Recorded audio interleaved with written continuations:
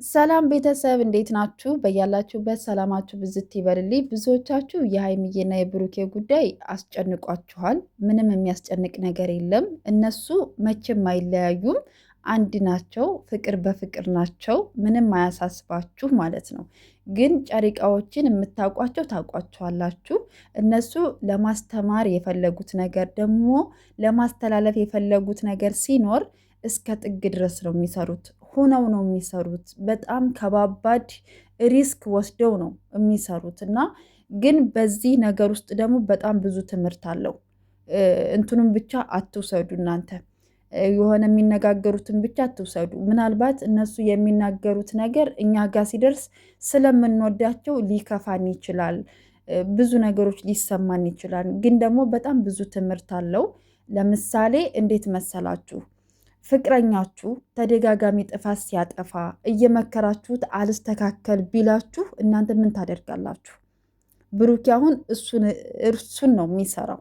ሀይሚ ደግሞ የነገ ህይወቷ እንዳይበላሽባት አሁንም ያለፉት ጥፋቶች ነገ ህይወቷ ላይ እንዳይደገሙባት እያስተማረች እና ለማስተካከል እየሞከረች ነው።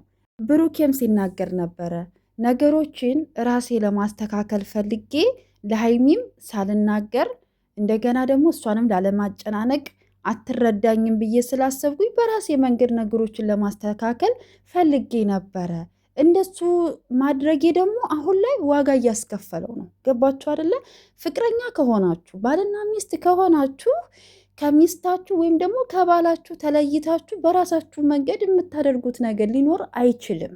ገባችሁ? አብሶ ደግሞ እሷን የሚመለከታት ነገር ከሆነ ወይም ደግሞ እሱን የሚመለከተው ነገር ከሆነ በራሳችሁ መንገድ የምትፈቱ ችግር ሊኖር አይገባም። እዛው ፊት ለፊት ችግሮችን አብሮ ተነጋግሮ ተጋፍጦ መፍታት መልመድ ግዴታ ነው በህይወት ውስጥ። በቃ ፍቅረኛዬ ነው ባሌ ነው ብላችሁ ካሰባችሁ ከአንቺ ምንም የሚደብቀው ነገር ሊኖር አይገባም። እሷም ደግሞ ከእሱ የምትደብቀው ምንም አይነት ነገር መኖር የለበትም።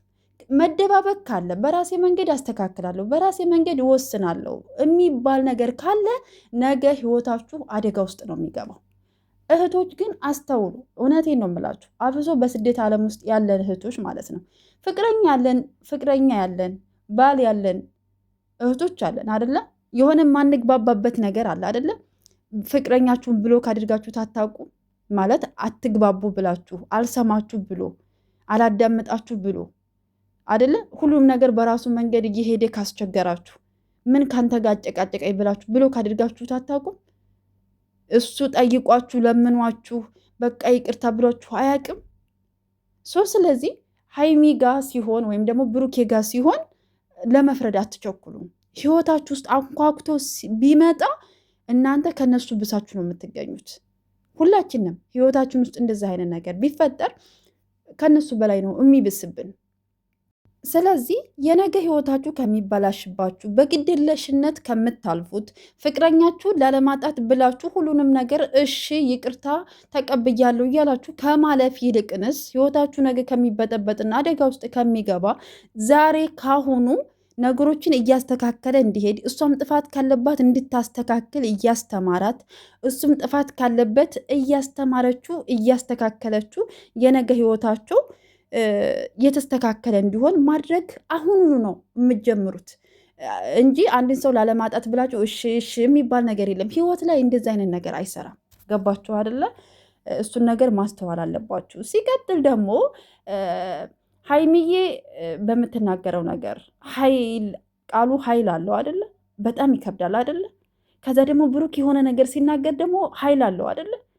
ከዛ እንዴ ብሩኬ እንደዚህ እኮ መናገር የለብም ሀይሚ እኮ እንደዚህ መናገር የለብሽም ትላላችሁ አደለ?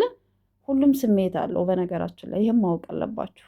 እሺ፣ ስለዚህ ሀይሚዬ ስትናገር ጥፋት ወይም ደግሞ ብሩኬ ሲናገር ጥፋት አንተ እንደዚህ ነው አንቺ እንደዚህ ነሽ ከማለት ይልቅንስ ችግሮችን እንዲፈቱ እንዲታረቁ አንድ እንዲሆኑ ነው ማድረግ ያለባችሁ። ለማስታረቅ ነው። እናንተ እንዳስታራቂ መሆን አለባችሁ። እናንተ እንደ መካሪ ከነሱ ተሽላችሁ መገኘት አለባችሁ እንጂ በቁስል ላይ እንጨት መስደድ ነው የሚባለው። የሆነ እንትን ላይ ጋዝ አታርከፍኩፍ።